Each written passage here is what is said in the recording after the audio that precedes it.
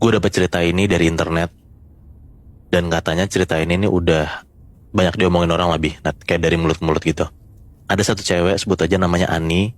Dan dia itu punya pacar, sebut aja namanya Dito. Di satu malam, Ani itu tuh lagi mau tidur karena pas banget juga lagi hujan deras tuh malam itu. HP Ani itu getar-getar. Kebangunlah dia. Pas dia cek HP, ternyata ada chat dari cowoknya si Dito. Dito tuh ngirim chat berkali-kali dan pertanyaannya cuman gimana keadaan kamu gitu doang, tapi chatnya banyak. Nah karena Ani ngerasa aneh dan sebel juga karena kan dia ngantuk, terus dichatin mulu kan. Akhirnya si Ani nelpon Dito. Ditelepon sekali, dua kali gak diangkat-angkat, sampai akhirnya setelah ditelepon kesekian kali barulah diangkat sama Dito. Pas teleponnya diangkat sama Dito, Ani tuh ngeliat jam, ternyata itu tuh jam 00.13, jam 12 malam lewat 13 menit. Di telepon itu Ani tuh marah-marah tuh ke Dito. Intinya Ani kayak ngomong, kamu ngapain sih ngechat tengah malam kayak gitu? Kamu iseng ya? Kan aku udah bilang aku tidur. Pokoknya macem-macem lah, ngoceh nih si Ani. Pas Ani ngomong banyak kayak gitu, Dito tuh gak nyaut apa-apa. Si Ani tuh cuma denger kayak dari arah sana tuh cuma suara hujan sama nafas Dito kayak gitu doang. Ani ngomong lagi, kamu keluar malam kan? Kamu mabuk kan? Kan aku udah bilang kamu gak boleh keluar malam, aku gak suka kamu kayak gitu. Pokoknya lanjut lagi marah-marahnya. Lagi-lagi Dito gak ngomong apa-apa, diem doang Nat. Sampai akhirnya Ani kesel banget dan Ani pengen matiin teleponnya. Tiba-tiba akhirnya Dito ngomong, jangan matiin dulu, aku cuman khawatir kamu baik-baik aja kan. Nah habis denger kayak gitu, Ani langsung matiin teleponnya. Karena udah dimarah-marahin sama Ani, gak disautin. Tiba-tiba si Dito ngomong tapi kayak gitu, random banget kan. Iya, kayak di ngomongin apa, jawabnya apa gitu kan. Iya. Abis ditelepon itu, Ani mau tidur tapi ternyata gak bisa juga. Sampai akhirnya dia ngeliat jam, ternyata itu tuh jam 2.34. Ya kira-kira tuh 2:30 pagi lah, 2:30 lewat. Dia mau ambil minum tuh karena aus. Dia keluar kamar, pas dia lagi jalan, udah di ruang tengah ya. Tiba-tiba dia tuh denger kayak ada suara kotokan pintu dari depan rumahnya. Karena Ani takut kayak ini 2:30 pagi, kok ada yang ngetok. Dia rada deg-degan lah. Dia ngintip tuh dari dalam jendela. Dan ternyata Ani tuh ngeliat di depan pintu dia tuh ada Dito dengan keadaan basah kuyup, hujan-hujanan lagi berdiri depan rumahnya si Ani. Karena Ani gedek dan ngerasa ganggu, mungkin Ani mikir kayak cowok gue mabok nih gitu. Akhirnya Ani nyuekin Dito tuh. Dia ke dapur sendiri, ambil minum sendiri. Pokoknya Ani nyuekin si Dito lah.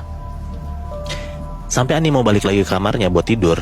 Pas ngelewatin ruang depan lagi, Ani masih ngeliat ternyata ada Dito masih berdiri depan sana tapi gak ngetok pintu sama sekali Nah cuman diem aja. Karena mungkin ngerasa iba ya, akhirnya Ani bukain lah tuh pintu buat cowoknya. Ani ngomong, kamu ngapain sih pagi-pagi kesini hujan-hujan? Kamu gak tahu ini jam berapa? Nah Dito jawab 02.34. Nah disitu Ani diem dan mikir kayak, lah 02.34 kan waktu gua terakhir ngeliat jam sebelum gua ngambil minum. Ya berarti di detik ini harusnya bukan 02.34 dong. Iya benar-benar. Iya gak?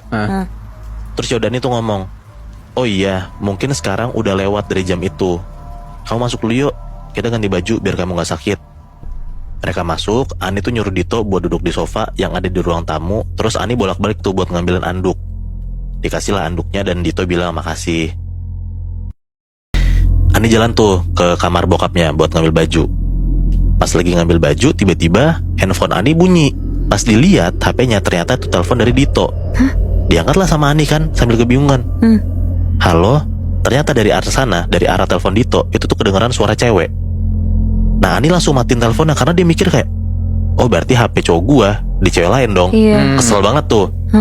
Gak gitu lama, telepon masuk lagi. Dan dari Dito lagi. Diangkatlah sama Ani. Iya halo, siapa? Lo siapa? Akhirnya dijawablah sama suara perempuan dari teleponnya si Dito itu. Halo mbak, ini di rumah sakit. Dari nomor kontak saudara Dito yang paling atas cuma ada nomor anda. Kita dari rumah sakit mau ngabarin kalau Mas Dito mengalami kecelakaan dini hari pukul 00.13 dan menghembuskan nafas terakhir pukul 02.34 dini hari. Oh shit. Ani tuh bener-bener speechless banget Nat. Dia tuh langsung lari ke ruang tamu dan ternyata bener. Yang tadinya dia ngeliat ada Dito di ruang tamu sekarang hilang, kosong, cuman ada anduk gitu aja. Jadi 00.13 itu tuh waktu pas si Dito ngechat pertama, sama 02.34 waktu pas Dito datang. Yaitu tuh momen dimana Dito kecelakaan dan meninggal. Subuhnya Ani tuh langsung ke rumah sakit buat ngeliat jenazah Dito. Akhirnya Ani ngeliat Dito untuk terakhir kalinya. Dan mungkin ya saking gak kuatnya si Ani ini, dia tuh pingsan lah. ngeliat si Ani pingsan, dokter langsung tuh ngebobong Ani dan langsung bawa ke ruang UGD mungkin ya. Pokoknya ke ruang salah satu ruangan di rumah sakit itulah. Nah si dokter itu pergi sebentar dari ruangan itu buat ngambil sesuatu.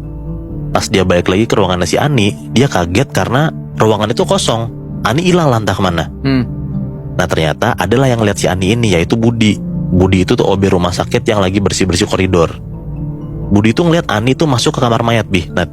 Kan Budi nggak tahu kan ini cewek siapa, subuh-subuh kok masuk ke ruang mayat. Diikutin lah nih akhirnya sama si Budi ini sampai masuk ke dalam kamar mayat. Pas Budi masuk, Budi tuh ngeliat tiba-tiba aja ada mayat cowok yang lagi tiduran tiba-tiba tuh bangun sendiri, Nat.